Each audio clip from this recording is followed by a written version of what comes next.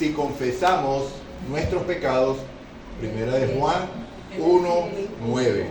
Dios es fiel y justo para perdonar unos cuantos pecados. No, nuestros pecados livianos. Todos, pero no queda en el perdón, que esa es la parte que normalmente nosotros no entendemos. Ok, Dios me perdona y puedo seguir viviendo. Entonces ahí vamos a entender por qué Jesús le dijo en Juan 8 a la mujer adúltera, a la mujer que consiguieron, que entramparon en el adulterio, porque fue una trampa, vete y no peques más.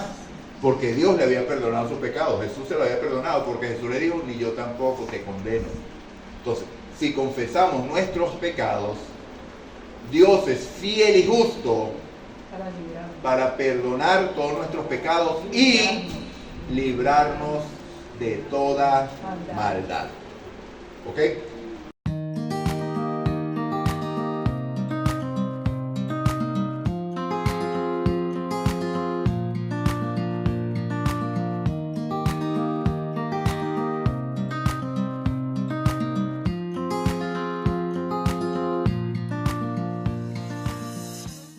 Lo de la palabra, sí. Ok, dice así: de tal manera amó Dios al mundo que ha dado a su Hijo unigénito, para que todo aquel que en él cree no se pierda, sino que tenga vida eterna. La gloria sea del Señor. Amén. Fíjense, hermanos, bueno, por mi condición pues de venezolano y de la situación del país, ha sido una semana difícil. ¿Ok? Difícil, y de verdad que muy difícil para concentrarme. Me ha sido difícil para concentrarme en la situación espiritual, y de verdad que yo tenía pensando, y que de qué hablo. Había varios métodos, había varios estudios que ya había preparado con anterioridad, e incluso la semana pasada que tocaba predicar sobre la conducta cristiana, y yo dije, bueno, vamos con eso, ¿ok? Vamos con eso o con el gran conflicto. Y entonces darle las opciones a ustedes acá. Hablemos de la conducta cristiana o del gran conflicto. Les iba a dar a ustedes la oportunidad de elección.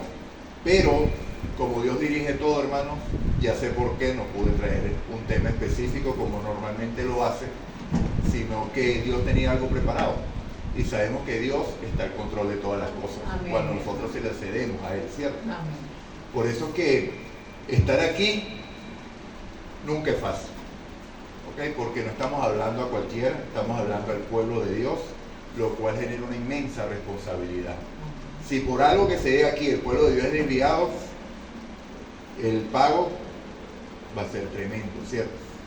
Entonces, pero así como Dios ama a todas sus ovejas, por una sola de sus ovejas cruzó ese lago y llegó hasta donde estaba ese endemoniado, ¿cierto? Para liberarlo nada más. Y aquí, hermanos, ha sucedido un mayor milagro hoy, que es que Johanna ha llegado. Amén. Entonces, bienvenida. Y por ti, el Señor ha modificado el mensaje. ¿Okay? Para darte la bienvenida y para decirte que te ama inmensurablemente y nunca lo ha dejado de hacer, sin importar las decisiones que hayas tomado. Y entonces vamos a empezar con esa historia que seguramente tú la conoces, que la conseguimos en el libro de Lucas, el capítulo 15, los versículos del 11 al 32, que es la historia del hijo pródigo.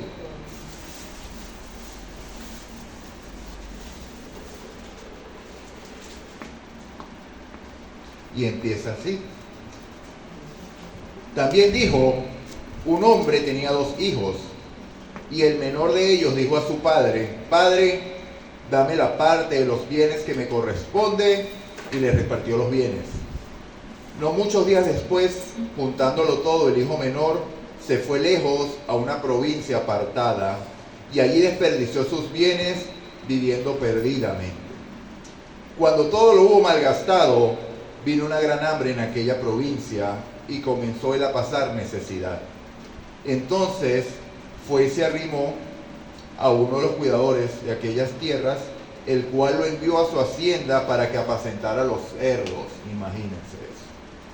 Deseaba llenar su vientre de las algarrobas que comían los cerdos, pero nadie le daba. volviendo en sí, palabra clave, ¿cierto? Volviendo En sí. en sí, dijo, ¿cuántos jornaleros en casa de mi padre tienen abundancia de pan y yo aquí perezco de hambre? Vamos a dejarlo hasta aquí, ahorita continuamos la historia. Entonces vemos, mis hermanos, cómo un muchacho en su juventud pensó que bajo el control o bajo la tutela de su padre estaba siendo reprimido y no le permitía hacer lo que realmente quería. Es lo que normalmente decimos, cónchale, es que la religión tiene tantas cosas que nos reprime vivir como nosotros queremos hacerlo. La religión la viviré más adelante, en un momento de mi vida, en el momento que ya pueda vivir mi vida. Y este muchacho fue más allá, porque le solicitó a su padre la herencia. ¿Y cuándo es que nosotros recibimos una herencia de nuestros padres? Cuando que muere. O sea, ¿qué es lo que estaba deseando este muchacho que pasara? Que muriera el papá. Que se muriera el papá para heredar su plata, ¿no? Pero aún así se atrevió a pedírsela y el padre accedió, no hay problema. Toma lo tuyo. Pero, ¿cómo nos sentiríamos nosotros como padres que un hijo nos hiciera esa solicitud? No, pues, como muy interesado, como que sí. Bueno, hoy en día eso ya es como normal, pero en ese tiempo sí pedir una herencia era lo que usted dice, desear la muerte del padre para poderla recibir. Era como yo estuviera deseando que mi papá muriera. Ajá. ¿Y el corazón cómo lo sentiría ese padre? No, pues triste. O sea, le he dado amor, no le ha faltado nada, pero sin embargo, él no aprecia ese amor. Él no aprecia todo lo que le he dado, él no aprecia todo lo que he hecho por él. Él no aprecia nada y simplemente quiere el aquí y el ahora. Vivamos y vivamos y bebamos, comamos y bebamos, porque mañana moriremos. Es lo que despreciaba este muchacho. Entonces, este muchacho le pide su herencia, a lo que el padre accedió. Este padre sabemos a quién representa. Y vemos este caso, que este es repetitivo en la Biblia. Vemos el caso de Esaú, que estaba destinado a ser ¿qué? El primogénito, el sacerdote, porque era el mayor. Aunque ya Dios, conociendo los planes o conociendo el fin desde el principio, ya sabía el carácter que iba a desarrollar Esaú. Dios ya había dicho que era Jacob el que iba a ser, el que iba a heredar, ¿cierto? Entonces vemos a Esaú como esa primogenitura hizo prácticamente lo mismo. Por un plato de lentejas te la vendo. Y Jacob, astuto, ¿cierto? El engañador. Entonces se aprovechó de la situación para lograr su cometido. Métodos humanos, hermano. Métodos humanos. Cuando Dios te había hecho la promesa, pero nosotros nos esforzamos por lograr que eso se cumpla a nuestro tiempo, a la manera que yo quiero. Y entonces esto es lo mismo que hizo este muchacho. La herencia que nuestro Padre Celestial nos ofrece es ¿cuál? La vida eterna, ¿cierto? ¿En qué lugar? En un lugar sin llanto, muerte, dolor, ni clamor, en el cual no va a haber hambre, no va a haber absolutamente nada. Pero hay algo más importante que eso. Es un lugar donde Él va a morar con nosotros. Amén. Que ese debe ser nuestro anhelo. Yo creo que todos tenemos aquí el anhelo.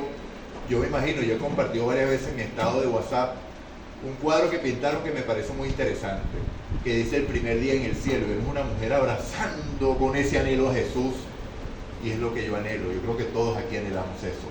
Anhelar, abrazar a aquel que con hechos demostró el amor que nos tiene. Porque ¿quién está dispuesto a dar la vida por un pecador? Por una persona al cual odiamos, por el cual nos odia, mejor dicho. Una persona que no está dispuesta a ir a donde nosotros vamos o a atender los consejos que nosotros vamos, pero sin embargo yo voy a dar mi vida por él. Yo creo que ninguno, la respuesta es ninguno, humanamente.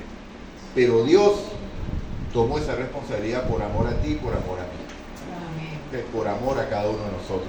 Y cuando nosotros vemos lo que Dios ya hizo por nosotros, simplemente se despierta amor.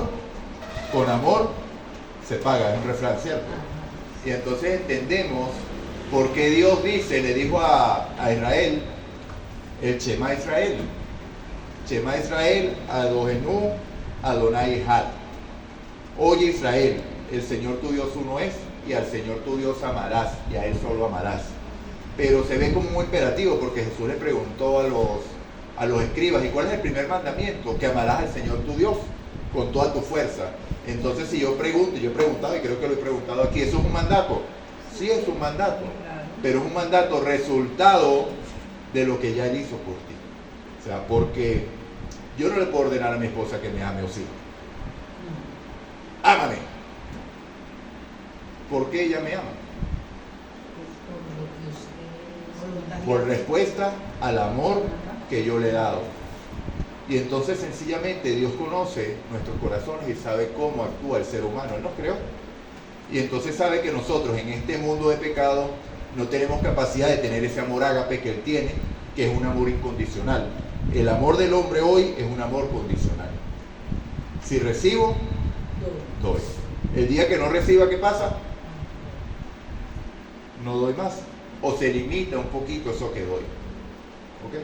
Entonces, cuando nosotros logramos, hermano, entender ese amor de Dios, cuando entendemos ese sacrificio que Él hizo, entonces por eso que Jesús respondió, o se escribió en la Biblia, Juan 14:15, si me amáis, guardad mis mandamientos, porque es una respuesta de amor a lo que Dios ya hizo por nosotros. Entonces este padre amaba a este hijo y no le negó su petición. Y no como nosotros lo haríamos, se lo voy a dar para que se estrelle él mismo. ¿Lo pensamos o no lo pensamos? Sí. Él mismo se va a dar cuenta del error que está cometiendo. Y vemos que el padre no lo hizo con esa intención, por lo que hacía el padre continuamente día tras día. Pero lamentablemente, cuando nosotros dejamos la fuente o salimos del resguardo de nuestro padre, ¿qué es lo que conseguimos? Cosas efímeras. Cosas que de momento nos parecen excelentes. ¿A quién no le gusta una fiesta? ¿O quién no disfrutó una fiesta alguna vez? ¿Quién no disfrutó un banquete? ¿Quién no disfrutó estar de ese lado de la historia? No sé si todos aquí nacieron en el Evangelio y en mi caso no. Y mi vida era terrible, hermanos. Si yo volteo hace 15 años atrás, a esta hora yo estaría con una cerveza en la mano amanecido. Seguramente. Gozando con un cigarro en la boca y diciendo que sabrosa es la vida y pensando que me estaba comiendo el mundo. Eso es lo que el mundo nos ofrece. Eso es lo que el mundo le ofrecía a este joven. Esto fue lo que este joven disfrutó. Vivió esa herencia como perdidamente. Es lo que está describiendo la Biblia, ¿sí o no? Correctamente. Entonces, pero eso llegó a un final. Ya ese disfrute se terminó porque la plática se acabó. Y entonces el único trabajo que había era cuidar cerdos. Y ni aún eso, ni aún la comida de los cerdos se la daban. O sea, sintió hambre. ¿Hambre de qué? Aquí habla de comida, pero las cosas inmundas no nos llenan. Las cosas inmundas pueden darnos una saciedad temporal. Pero ¿qué es lo que necesitaba este hijo? Allá donde está mi padre, hay muchos jornaleros a los cuales no les falta pan. ¿De cuál pan creen ustedes que está hablando aquí el hijo? El pan físico, pero hay una enseñanza más profunda que eso, ¿cierto? ¿El pan qué? ¿Quién es el pan de vida? Cristo. Eso es lo que le hacía falta y eso es lo que él reconoció por la actitud. Y entonces seguimos. Me levantaré e iré a mi padre y le diré, Padre, he pecado contra el cielo y he pecado contra ti. ¿Qué está haciendo este joven? Reconociendo su error. Confesando su pecado. Confesión. Si confesamos nuestros pecados, primera de Juan 1:9. Dios es fiel y justo para perdonar unos cuantos pecados. No es nuestros pecados livianos. Todos, pero no queda en el perdón, que esa es la parte que normalmente nosotros no entendemos. Ok, Dios me perdona y puedo seguir viviendo. Entonces ahí vamos a entender por qué Jesús le dijo en Juan 8 a la mujer adúltera, a la mujer que consiguieron, que entramparon en el adulterio, porque fue una trampa, vete y no peques más. porque Dios le había perdonado sus pecados. Jesús se lo había perdonado porque Jesús le dijo, ni yo tampoco te condeno. Entonces, si confesamos nuestros pecados, Dios es fiel y justo para perdonar todos nuestros pecados y librarnos de toda maldad. ¿Ok? El mismo que perdona es el mismo que pone en nosotros la liberación de la maldad y hace lo que dijo la hermana, que le liberó la mente. Hace lo que le dijo al endemoniado, le liberó la mente. Fíjense que el endemoniado respondió como deberíamos responder. Recibió una liberación. ¿Y qué quería? ¿Dónde quería estar él? ¿Al lado de quién? ¿Qué le pidió a Jesús? Déjame ir contigo. Quería ser un discípulo de Jesús. Quería estar con aquel del cual había recibido el bien. Lo amó, se sintió compugnado y el corazón ardía de estar con Jesús. Pero Jesús le dijo, todavía no. Anda y cuenta lo que Dios ha hecho. Y entonces vemos que este hombre fue un gran misionero, porque Decápolis significa el lugar de las 10 ciudades. 10 ciudades en las cuales este solo misionero llevó el evangelio. ¿Y qué es el evangelio, hermano? Es poder de Dios para salvación, ¿verdad? Primeramente al judío, también al griego. ¿Pero qué es el evangelio? Las buenas nuevas. ¿Buenas nuevas de qué? De salvación. De salvación, de lo que Dios ha hecho por mí. ¿Y qué hizo Dios por ese hombre? Que lo rescató de las garras del enemigo. Estaba endemoniado, destruido, Lo liberó del pecado. lo liberó del pecado y lo transformó. Si alguno está en Cristo, Nueva criatura es. nueva criatura es. Las cosas viejas pasaron y aquí todas son hechas nuevas. Entonces vemos, hermanos, cómo este hombre transformó. Y a la segunda visita de Jesús fue en este relato, cuando llegó, que ellos pensaban ir a descansar. No, señora, aquí tú no vas a descansar, aquí te estamos esperando por el testimonio de ese hombre. Tú nos vas a explicar cómo es que es eso. Y así pasó, hermano. Y cuenta el deseado de toda la gente, o relata el deseado de toda la gente, que allí se dio una situación particular, porque a pesar de que este pueblo había sido convertido, todavía había escuchado, no había sido convertido. Porque ellos llegaron y escucharon a Dios y estuvieron allí cómodos, pero recibieron los panes y los peces. Y entonces vemos que se levantó allí una especie de rebelión, porque dijeron, este es el Mesías que necesitamos. Este es el Mesías que nos va a liberar del Imperio Romano, cuando la intención de Jesús no era esa. La intención de Jesús era librarnos ¿de qué? ¿Qué dice el versículo? Y su nombre será llamado Jesús, porque nos librará ¿de qué? Del pecado. Del pecado, exactamente. Entonces la intención de Jesús no era ser rey.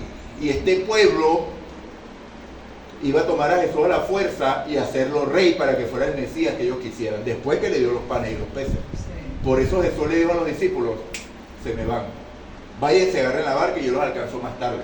Él se fue a orar y puso a los discípulos por fuera, porque ya los discípulos estaban contaminados. Y adivinen, eso lo dice el deseado de toda la gente. Creemos que los relatos de Elena de White son inspirados por Dios. Sí, sí. Amén, ¿verdad? Y entonces eso pasó.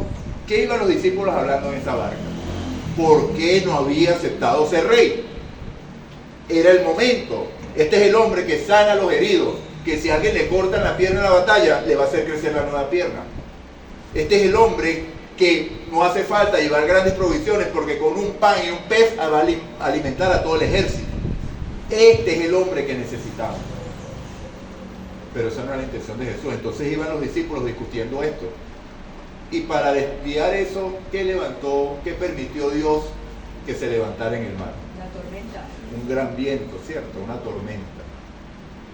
Y Jesús se disponía a pasarlos, y Jesús iba caminando sobre las aguas y los alcanzó la tercera vigilia de la noche. Entonces vemos, esta es parte de otra historia. Entonces, volviendo al relato del hijo pródigo, lo que pasa es que uno siempre, cuando está aquí, se maravilla o se llena de las historias que hay en la Biblia, mi hermana Giovanni. Y entonces por eso es que vamos de una parte a otra, porque ver las cosas que hizo Jesús y que Jesús promete hacer en nuestras vidas es definitivamente maravilloso, si le creemos, que esa es la clave. ¿Quién es este? Aquel que puede transformar tu vida, si se lo permitimos. Porque Él dice, he aquí estoy a la puerta y llamo. Si alguno oye mi voz y abre la puerta, entraré a Él, cenaré con Él y Él conmigo. Él nunca entra a la fuerza. Él llama con un amor indecible para que nosotros reaccionemos a ese amor y aceptemos ese llamado. Un llamado que es hecho a todos los hombres. No hay un solo hombre que no haya sido llamado por el amor de Dios. Amén. Ni que haya existido ni que exista actualmente. Y el que no lo ha escuchado lo va a escuchar. Entonces vemos cómo sigue la historia. Él confesó su pecado. Entonces se levantó. Bueno, fíjese, el 19. Yo no soy digno, esto es lo que le iba a decir. Yo no soy digno de ser llamado tu hijo. Hazme como a uno de tus jornaleros. Después que era un hijo exaltado, él aceptó ser ¿qué? Humillado. ¿Ok? No estimó ser igual a lo que era antes, sino no le importaba ser como un jornalero con tal de estar ¿dónde? En la casa de su padre. Y el versículo 19. Ajá. Entonces, el 20, perdón. Entonces se levantó y se fue a su padre. Y aquí es donde viene la parte para mi hermana. Cuando aún estaba lejos, lo vio su padre y fue movido a misericordia. Y corrió y se echó sobre su cuello y lo besó. Y el hijo le dijo: Padre, he pecado contra el cielo y contra ti, y ya no soy digno de ser llamado tu hijo. Y el padre le dijo: silencio. Pero el padre dijo a sus siervos: sacar el mejor vestido y vestirle, poner un anillo en su dedo y calzado en sus pies. Entonces esto indica en la situación que venimos cuando regresamos al Señor. Regresamos con un vestido que no es digno y Dios mismo nos viste con sus vestiduras. Amén. Dios mismo nos atiende, Dios mismo se encarga de nuestro bienestar, de colocarnos en donde, en el lugar donde Él tenía destinado para nosotros, porque sí hay una predestinación bíblica, hermano, sí la hay, ¿ok? Y ya lo vamos a estudiar, vamos a ver si lo tenemos rapidito, ya lo vamos a estudiar. Eso me hizo recordar cuando habló del vestido, me hizo recordar de Adán y Eva. Cuando ellos pecaron, se pusieron sus hojas de higuera y aún así se sentían desnudos.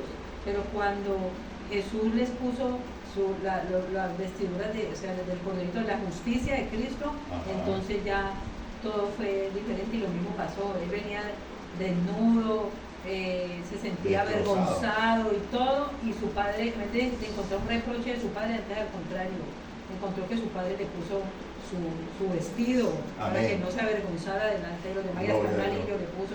Amén. Eso tenía un símbolo grande. Un símbolo de poder. De poder. O sea, lo restauró en la posición que él tenía antes. No lo hizo como uno de sus jornaleros, lo reivindicó. Esa es la palabra. No lo avergonzó como hacemos nosotros cuando una persona vuelve de sus caminos, que se avergüenza. No, lo que hizo fue reivindicarlo ante los demás y darle un lugar especial. Porque cuando uno está en pecado, uno siempre espera que lo rechacen, que lo hagan ver mal, pero mire que él no hizo eso. Amén, así mismo es, hermano. Entonces, ¿qué demuestra? Como le dije, ya la hermana resumió. Porque normalmente, cuando nosotros pasan estas situaciones a nivel de nosotros, ¿verdad? Como hombres, decimos, tranquilo, que él se va, pero él va a volver, y vas a ver cómo va a volver. Y entonces cuando llega el muchacho, no te lo dije. En cambio este padre demostró que era distinto, porque este padre estaba allá arriba en la montaña, porque él esperaba que todos los días su hijo regresara. Y así mismo están nuestros padres esperando y anhelando que ese deseo, ese amor que tienen, que está moviéndonos a través de su espíritu, podamos entenderlo y aceptarlo en nuestros corazones y volvamos al Señor. Y la gloria sea de Dios, Giovanna, que hoy estás aquí. Amén. El Señor te dice, te quiere poner sus vestiduras, quiere ponerte el calzado y ponerte el anillo que tenías cuando tomaste las decisiones de salir. Entonces eres bienvenida a la casa del Señor. Y disculpa que te hable específico porque sé que eso intimida un poquito, pero no, el Señor está contento, está gozoso porque se había ido y ha regresado. Tal vez no totalmente, tal vez continúas en lucha, pero si permites que el Señor culmine el trabajo que ha empezado, la gloria va a ser para Él, por supuesto, pero tú vas a ver la gloria de Dios también.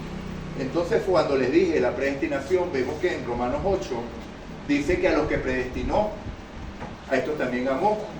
Y a los que amó, a estos también conoció. Y a los que conoció, a estos también salvó. Y todo eso está en términos, en un tiempo verbal que pasado. Porque Dios conoce el fin desde el principio. Entonces, cuando nosotros leemos la palabra predestinó, en el griego es proginosko, que significa a los que antes conoció. Pero, ¿cuándo antes los conoció el Señor? En su deseo y su intención, porque nosotros no existíamos hasta el día que nacimos, ¿o no? ¿O sí? ¿Dónde estábamos antes? En los deseos de Dios. Porque el Espíritu, ¿quién lo da? Dios. Y entonces Él es el que pone, Él nos conocía y conocía las decisiones que nosotros íbamos a tomar desde antes de que existieran. Dios ya sabe, hermano, quién es salvo, quién es perdido, quién es tal, quién es tal. Dios ya lo sabe, porque para Él nada, absolutamente nada, hay oculto.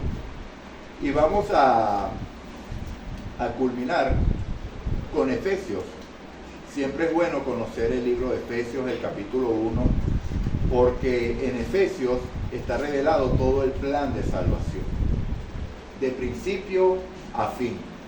Efesios capítulo 1, a partir del versículo número 3.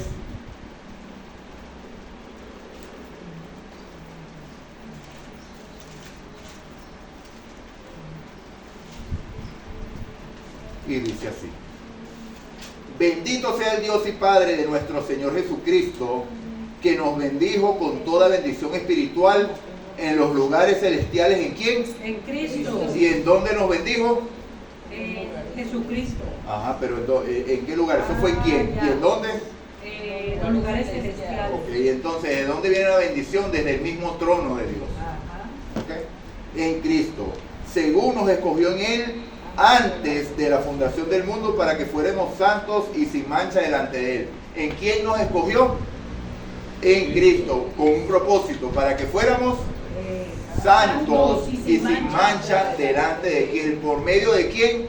De Cristo, ¿cierto? Versículo 3. ¿Por qué nos escogió? Por su amor. Nos predestinó, imagínense esto, hermano, para ser adoptados hijos suyos. Imagínense eso, hermano.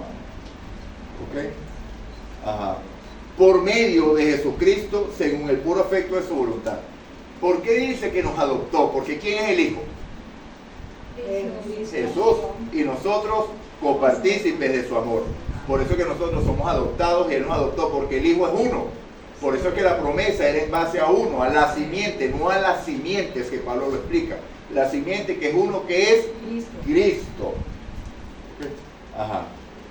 Para la alabanza de la gloria de su gracia, con la cual nos hizo aceptos en el amado. En Él, en Cristo, ¿verdad? Tenemos redención por su sangre, el perdón de pecados según las riquezas de ¿qué? De su gracia. Todo, hermanos, es basado en la gracia de Dios. Amén. No hay nada que usted y yo podamos hacer para lograr esa salvación. Únicamente a través de Cristo es que se logra. Amén. Yo puedo tratar de mover rocas, de llevar una roca desde abajo, desde un valle hasta la colina de una montaña, pero eso no me va a hacer salvo delante del Señor. No hay nada que yo pueda hacer para ser salvo. Es un regalo. Es gracia. Es algo que merecíamos. ¿Qué merecíamos? Castigo y muerte. La muerte. ¿Por qué? Por haber rechazado a aquel que nos amó, que nos creó. Imagínense. Yo quiero que hagamos un viaje rapidito. Cerremos los ojos, y esto no es contemplación ni cosas raras, porque hay que tener cuidado en eso. Cerremos los ojos y por un momento imagínense, hermano, que usted es Adán y que ustedes mujeres son Eva. ¿Ok? Pero vamos a ver, Adán fue el primero. O sea, no por eso estoy diciendo que es prioridad, sino que Adán no existía. Y cuando Adán abrió los ojos, ¿qué vio? Lo primero que ve es el rostro de Dios, ¿verdad? Que había soplado aliento de vida en él. Y después, ¿qué ve? Un mundo creado para él. ¿Cuánto había trabajado Adán en ese mundo? Nada. Dios simplemente se lo Regaló.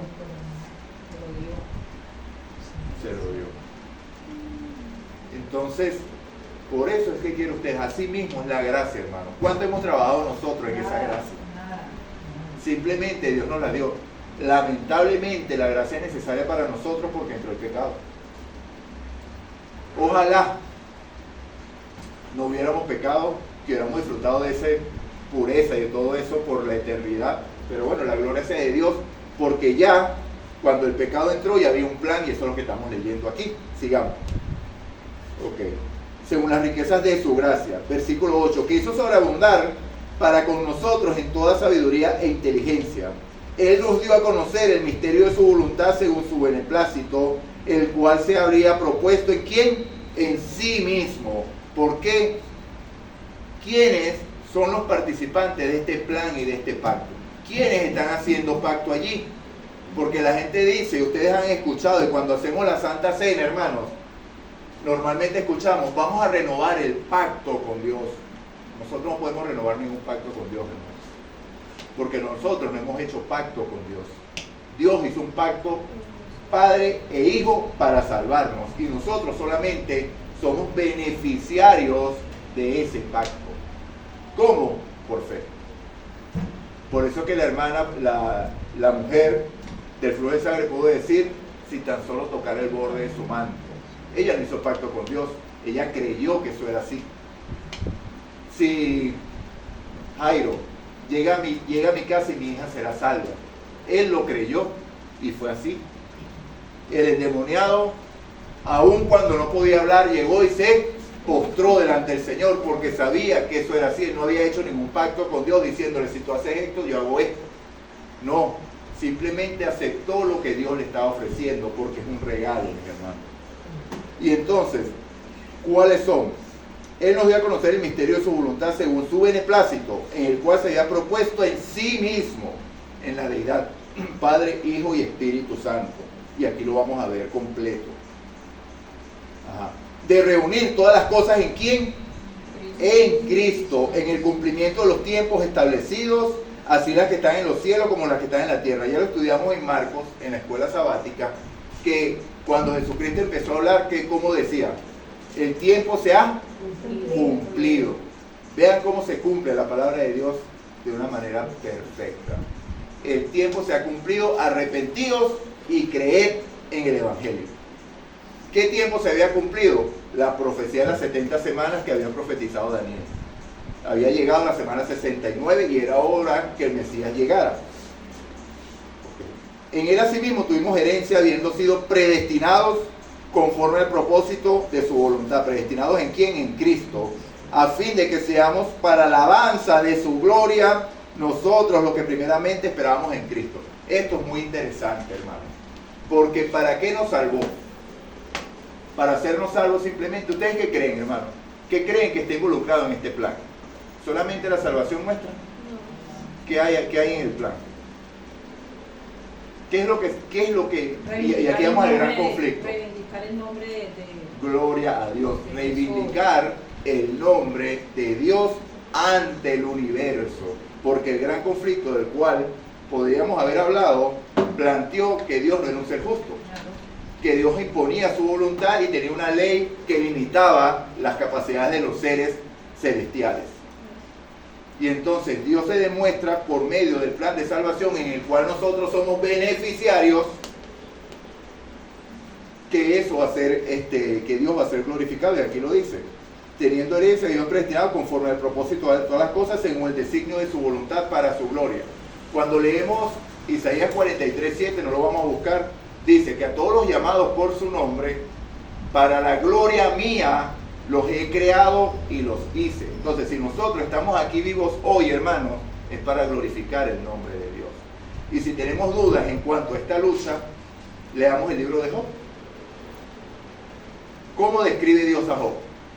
Hombre justo y recto delante de Dios. Hombre justo, recto, temeroso de Dios, apartado del mal. Ojalá Dios pudiera describirnos a nosotros así. Porque no lo está diciendo un hombre, lo está diciendo Dios. Imagínense eso. Sin embargo, llegó Satanás y le dijo, claro, si lo tiene cercado y lindo y gordito, como dicen. Entonces Dios permitió el conflicto. Y al final del conflicto Dios fue glorificado, porque con todo eso no se halló en Job despropósito alguno. Entonces, cada vez que Job hablaba que Satanás llegaba a los concilios celestiales, que se veía lo que pasaba con Job, ¿qué sucedía en el cielo? Dios tiene razón. La gloria sea de Dios. No es como Satanás decía, que lo alababa y lo glorificaba porque lo tenía lleno de todo. No era como Satanás decía, que lo alababa y lo glorificaba porque tenía salud, sino porque sencillamente te ama. Entonces Dios demuestra que es capaz de reproducir su carácter en cada uno de nosotros. Y cuando eso sucede, hermanos, su nombre es glorificado. Y cuando digo su carácter en cada uno de nosotros, vemos que Job soportó la prueba en la peor situación. Y así como Cristo también soportó la prueba en la peor situación. Porque Cristo murió por nuestros pecados, hermanos. Y entonces vamos a culminar. Ajá. Versículo 10. De reunir todas las cosas en Cristo en el cumplimiento de los tiempos establecidos. El 11.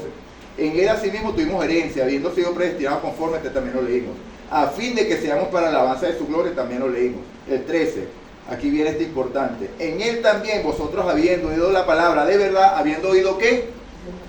La palabra de verdad. O sea, todo, hermanos, todo el poder de Dios se concentra en su palabra. Porque la palabra dice y es. Hágase la luz, ¿y qué pasó? Fue la luz, ¿cierto? Entonces, si Dios dice que nos va a salvar, ¿qué va a pasar? Nos va a salvar, o nos salvó, mejor dicho. Entonces, habiendo creído en Él, fuiste sellados con el Espíritu Santo de su promesa, que es el arras de nuestra herencia, para la redención de la posesión adquirida, para la alabanza de su gloria. Aquí lo repito. Entonces, cuando nosotros profundizamos en estos versículos, vemos a la deidad involucrada, hermano. El Padre, ¿qué hizo?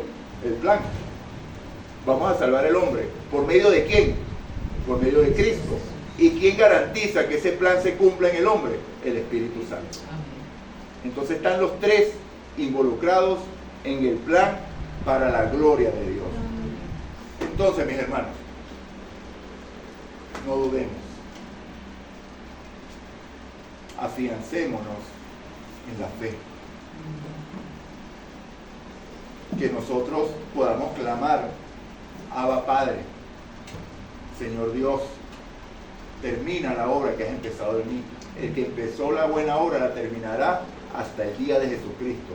Creamos a todas las promesas de Dios. Vayamos, y es una invitación, Joana, vayamos confiadamente al trono de la gracia para alcanzar gracia y oportuno socorro en las pruebas. Porque ya que tuviste este paso, tal vez vendrán pruebas. O sea, porque Satanás no se queda quieto. Vemos en el relato de la liberación de este hombre que estaba endemoniado, cuando Satanás le pide que se meta en los cerdos, es para interrumpir la obra de Dios.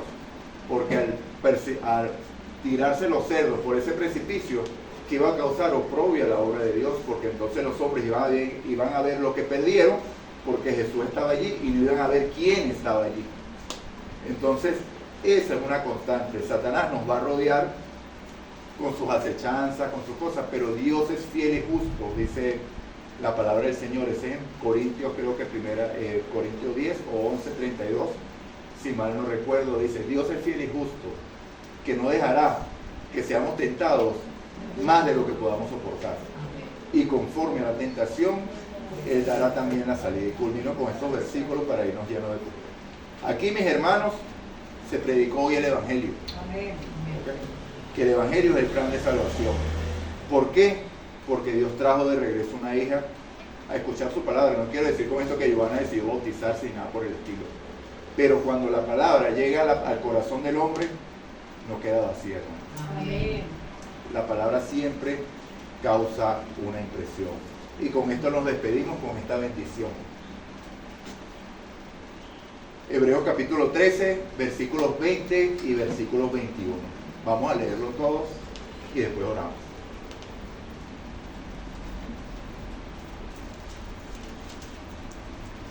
Que el Dios de paz, que resucitó de los muertos a nuestro Señor Jesucristo, el gran pastor de las ovejas, por la sangre del pacto eterno, gloria a Dios, Lo que estudiamos, lo que acabamos de leer en Efesios 1. Eso es el pacto eterno.